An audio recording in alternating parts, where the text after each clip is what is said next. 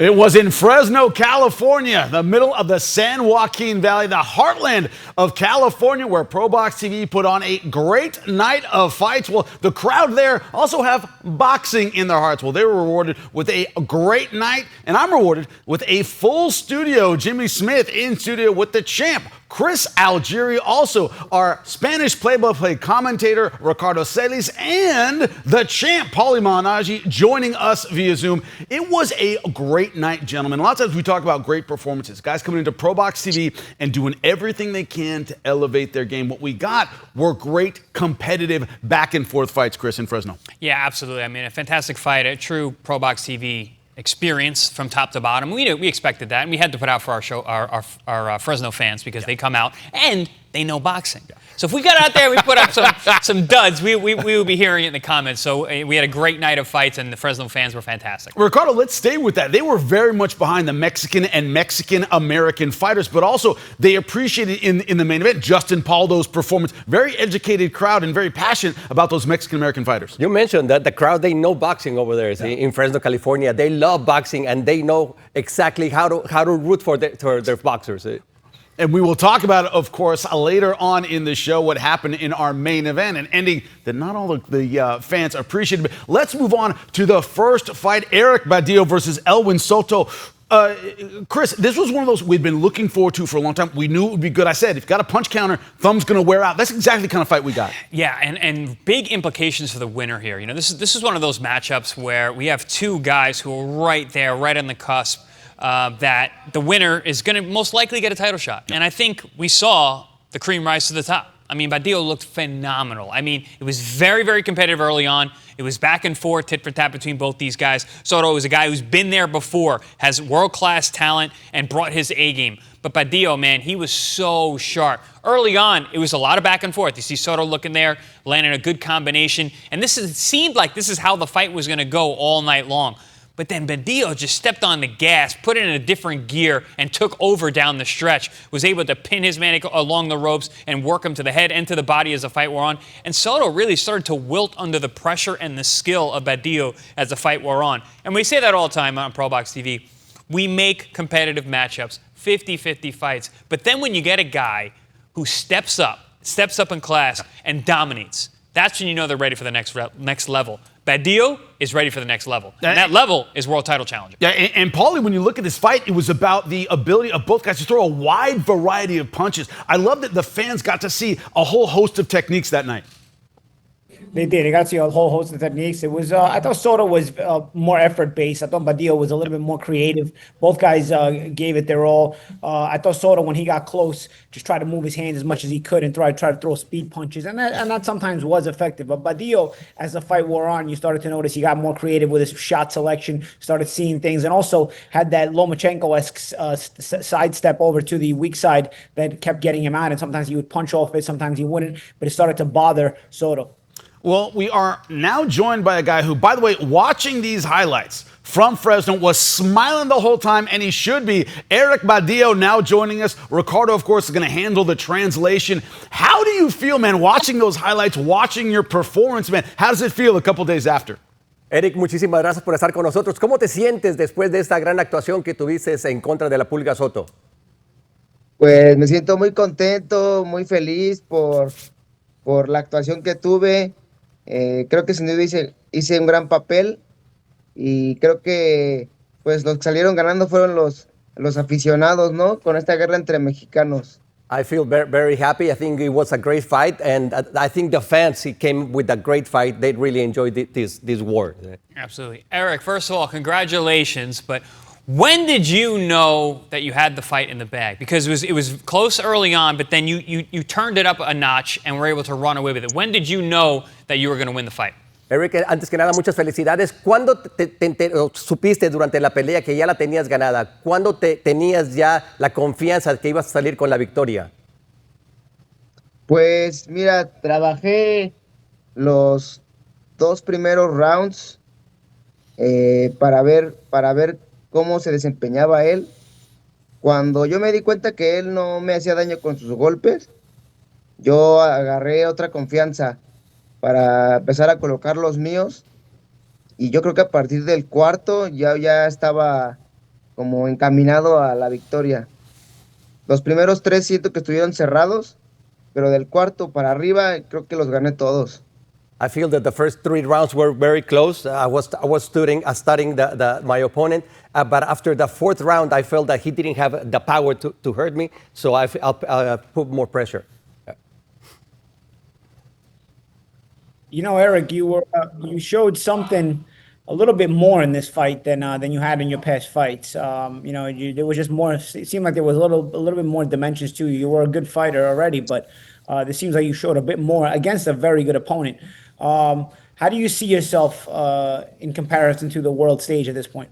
¿Cómo te podrías comparar con los campeones mundiales, mi estimado Eric, de este combate, sí? Pues es que mi estilo es distinto al de los campeones. Creo que ellos son frontales, les gusta el intercambio y a mí se me presta mucho, ahora sí que se me prestan mucho esos estilos porque yo soy como más estilista, como decían hace rato, a lo mejor tengo algunos destellos de Lomachenko porque pues veo muchos videos de él y trato de hacer cosas que él hace y me salen. Entonces creo que el estilo que yo tengo es bueno y es el que hace la diferencia tal vez en las peleas contra rivales que son de choque. The style that I have is more technical. It's more like Lomachenko, like you guys mentioned. But the way I see myself against these champions, I think I have a chance. Yeah. Well, thank you so much for your time. You had a very tough fight, man. Congratulations again. Thank you so much for joining us, Eric. Muchísimas gracias, Eric. Gracias por estar con nosotros aquí en ProBox TV.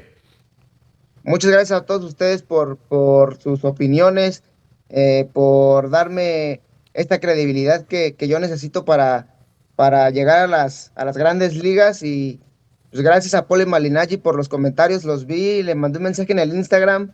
Ya lo empecé a seguir, también a Cruz, a todos los que están ahí, gracias por el apoyo y pues esperemos que viene para mi carrera. Muchas gracias.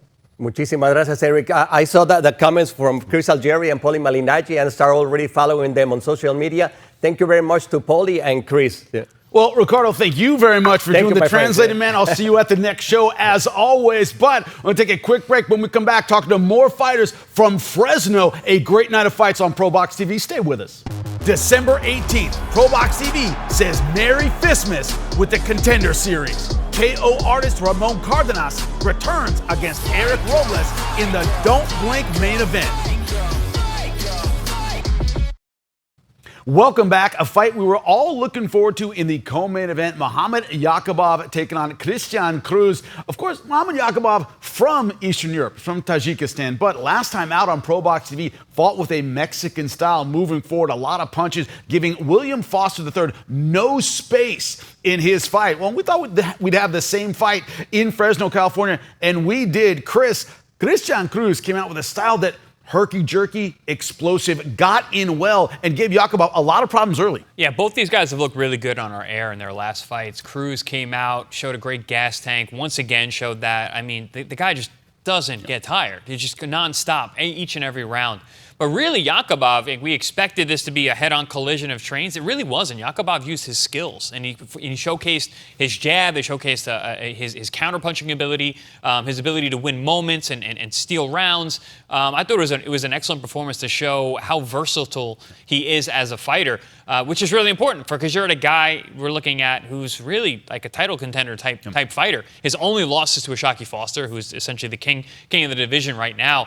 But early on in this fight, we're looking at Cruz. We know how he comes. He brings it. He came out, and it looked like he was putting a ton of pressure on Yaqubov, and it took a few rounds for Yaqubov to kind of figure out that, let me not try to match this guy pressure for pressure. Let me use my skill and my will, and it really paid off down the stretch as Yaqubov started to pick off Cruz's aggression using counters like that one, using good left hands over the top and an excellent, consistent jab to set up the power shots. But Cruz kept coming, never stopped trying. Excellent fight throughout. but very, very different contrasting styles between these two. And Paulie, when you look at the end of the fight, one of the things was as Christian Cruz moved forward, this very pro-Mexican, Mexican-American crowd yelled every single time he landed anything. Yeah, you know, he was trying to come forward. He was trying to. I felt like Cruz was trying to close out the rounds and maybe steal them at the end of the rounds. I didn't feel like he landed a lot, but what he gave the body language, like he was pushing Yaqubov back. I think Yaqubov at times cooperated with him by going back. As you see here, not a lot is landing. He's getting smothered here. But what happens is sometimes the body language looks more effective to the judges, and I think it allowed him to steal some of the rounds. You know, I thought Yaqubov fought a pretty good fight. I felt he won the fight close, but ultimately the judges felt it was a draw, and I feel like this might have been one of the reasons why. Yeah, well, we have Yaqubov's coach, Manny Robles, joining us now. Thank you so much for giving us your time, Coach. I know a draw a bit disappointing. Of course, we ringside thought Yaqubov won maybe a round or two, but it was that physical ability of Cruz to kind of make it ugly and rough in certain spots that may have gotten him the draw. What was your thought on it? No, absolutely. Well, first of all, thank you for having me. No, you couldn't have said it better, Paulie. It's the constant attack by Cruz that constant pressure, and we knew that coming into the fight. We knew that it was going to be a tough fight. We knew it wasn't going to be easy, and then obviously having that pro-Mexican crowd, Mexican American crowd, and that one way or another that obviously the judges feed off of that, but I believe that the Yaqubov did enough to win the fight, but I'm okay with the draw. It is what it is. I thought he could have done a little bit better. I thought he could have been more aggressive or look for 3-4 punch combinations instead of just landing 1-2 and then stepping out. Following up would have been nice. I try to communicate with that in the corner to him, but did the best I could, of course, to push him and to understand what was at stake, right? Understand that you have this pro-Mexican crowd, and that would definitely help that the judges to feed off of that, to feed off of the crowd, if you will. Yeah, Coach, I think you're spot on. And yeah, the judges are human too, and they were in that room with that pro-Mexican crowd. You knew going into it. Do you think that your charge, Yaqubov, understood what that really meant? Because obviously you just said what you would have liked him to do better. Do you think he'd learn from this experience and maybe he'll really take to account what you tell him going into a fight? I sure hope so, because knowing where he comes from, it's going to be difficult to have the crowd, especially here in the West Coast.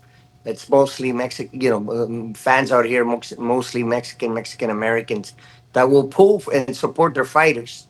So he has to do a little extra. He has to do a little more than just. He has to be more aggressive. He has to learn that. And but I do believe that he learned a great deal from this performance, from this fight. You think you can walk into a backdoor title shot here, Coach? You know, sometimes performance that's maybe less stellar gets you a title shot when you least expect it, because the champion say, hey, you know what, he's a viable guy, but he's very beatable. Maybe I'll give him a title shot. You know, do you think that there could be some positive coming off this performance, because he still won? No, definitely. I mean, there is some positive coming into it, but he definitely has a lot more to learn. This is only our second fight, working together, and he's still. If you could probably tell from the last fight to this fight, he was a little more settled. Yes. He wasn't jumping in. He was a better balance, and that's what I've been working on, to have, set up his attack and have better balance, and work behind the jab. I think the jab was pretty efficient.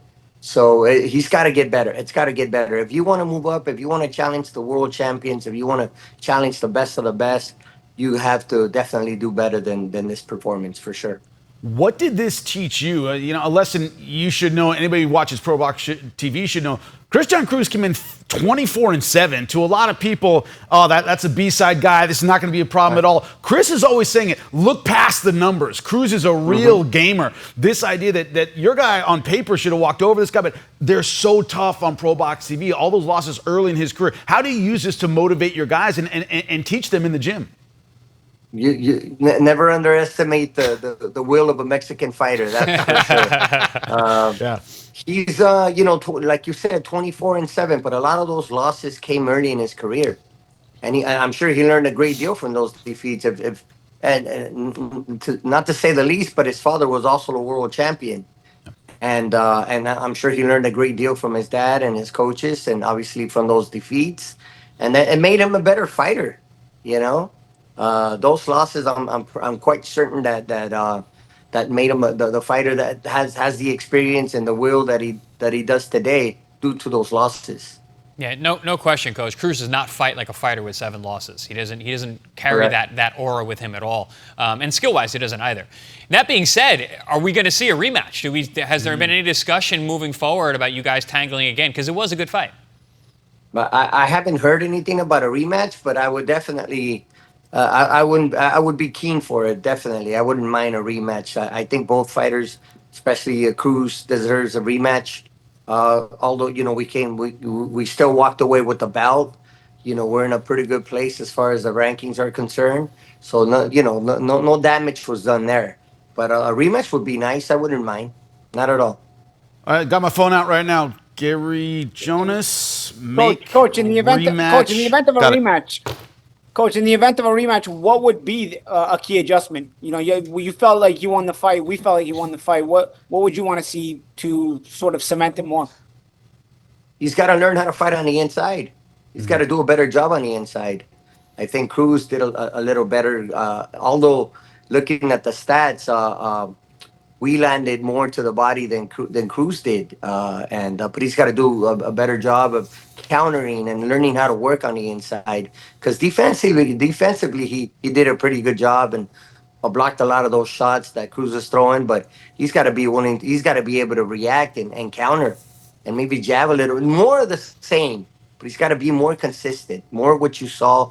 He's got the skills. He can box. He's got pretty good ring generalship. He knows how to use the center of the ring, but he's got to be more aggressive. Definitely against someone like Cruz, you got to let your hands go a little bit more.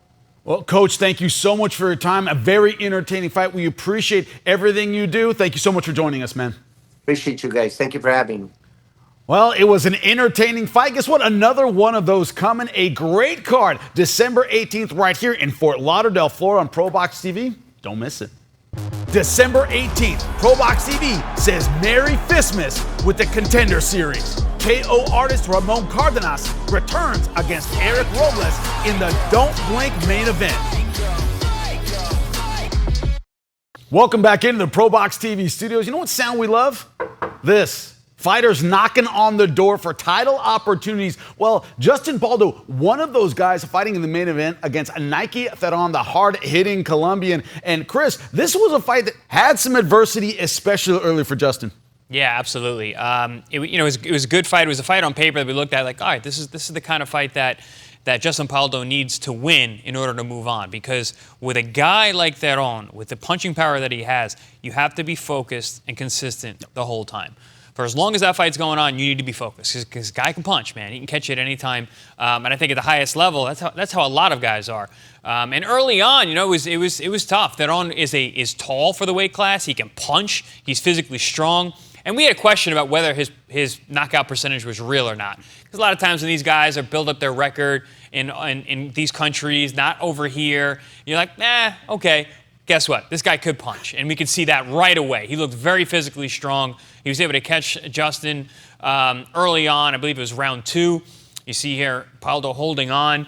But then he came back. He started using that jab, getting that going, working the body, and eventually he was able to break down Theran and take the power away from the power puncher. Excellent performance. Good come from trouble in the early round, but not necessarily a come from behind victory, but one that I think you walk away from with a lot more knowledge of the sport and a ton of experience. Yeah, Paulie, it's this kind of adversity that you want to see from a guy who, as I said, knocking on the door of a title opportunity. You want to see this ability to come back and readjust, and he did that.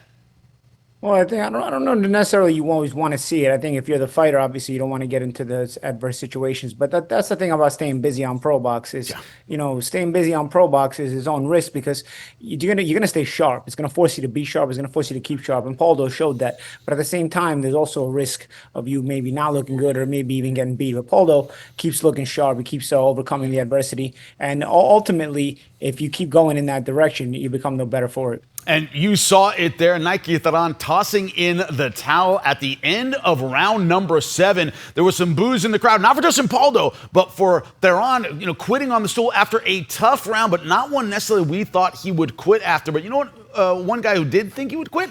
Justin Pauldo, who is joining us now. Justin, thank you so much for joining us. Let's start off with that, man. We talked to you post-fight, and you said, yeah, I could feel him fading in that round, but did the towel coming in, did that surprise you? It surprised me a little because I thought I would get the opportunity to end it in the ring myself, but I did fear him starting to break, and I knew the body shots was getting into him, and I could feel me taking his confidence from him. So I was figuring it was coming soon. I thought I would probably get him out of the next round, but hey, he went and retired on the stool, so it was a great night for me. Yeah, Justin, first of all, congratulations. That was an excellent performance. Thank you. When did you know you had it? Because early on, you were trying to get that jab going, and it wasn't quite working. And, his power was real. The body shots weren't working as well either. And, he did catch you there in that second round. But then you went right back to the game plan. You stayed steadfast with what was that you had worked on and went back to it. Where does that come from, that confidence that you were going to make it work, even though the guy was a real puncher?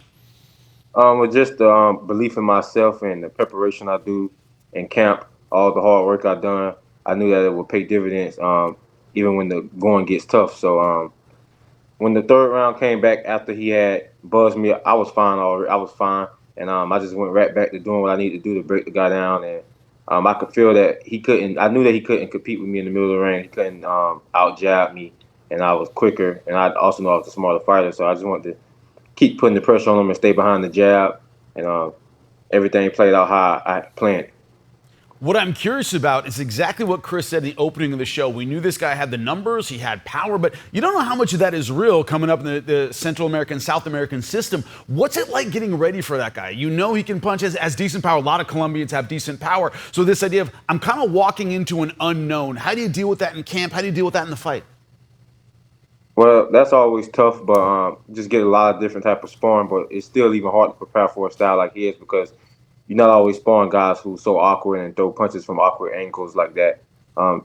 More used to seeing things come at the conventional angles and coming straight at you.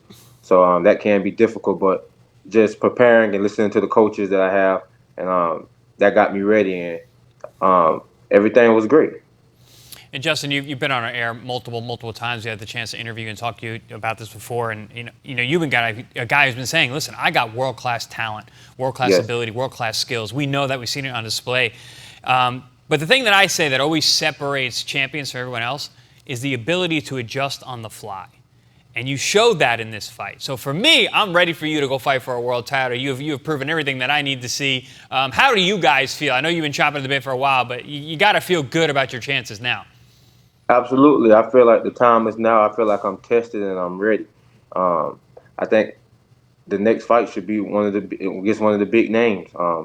It's my time, and I'm absolutely ready to step in and challenge one of these guys and take the world title and become a world champion. When you look at the names at 135 pounds, lightweight has traditionally been a star-studded division. Very true right now. Is there a particular fighter? Is there a particular time? Is there a particular name? Or is it just, hey, whenever the time comes, I'm ready? It's no particular name. It's all about the belts for me. So it's either IBF, the WBO, the WBA, the WBC, whoever. I'm ready to fight whoever, whenever. Well, Justin, we get to say we knew you when. Coming up through ProBox TV, man, it's been a pleasure watching you fight. Hope you get everything coming to you. Appreciate you making the time for us, man. Absolutely. Thank you guys for having me, and thanks ProBox for putting on this great show, and I hope the fans of Fresno enjoyed it. Thank you so much. And remember, it is December 18th right here, Fort Lauderdale, Florida. Next time, you will see the return of Ramon Cardenas right here on ProBox TV. It's going to be another great show full of all-action 50-50 fights because it's what we do. Tune in yourself and find out. We'll see you next time.